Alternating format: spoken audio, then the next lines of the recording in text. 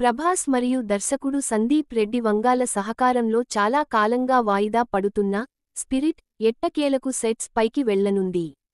ప్రభాస్ తొలిసారి పోలీస్ అధికారిగా నటిస్తున్న ఈ చిత్రం గత సంవత్సరం షూటింగ్ ప్రారంభమవుతుందని మొదట్లో భావించారు కానీ అనేక వాయిదాలను ఎదుర్కొన్నారు.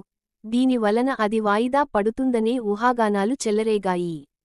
పుకార్లకు తెరదించుతూ సహ-నిర్మాత ప్రణయ్ వంగా, సందీప్ సోదరుడు, స్పిరిట్ చిత్రీకరణ సెప్టెంబర్ 2025లో ప్రారంభమవుతుందని ధృవీకరించారు. ఇక ఎటువంటి ఆలస్యం జరగదని భావిస్తున్నారు. దర్శకుడు ప్రస్తుతం ప్రొడక్షన్ పనుల్లో మునిగిపోయాడు. ఈ చిత్రంలో తృప్తి దిమ్రి కథానాయికగా నటించింది. వంగా నటించిన యానిమల్ చిత్రంలో సహాయ పాత్ర పోషించిన తర్వాత తృప్తి ఇప్పుడు ప్రభాస్ సరసన ప్రధాన కథానాయికగా నటిస్తోంది.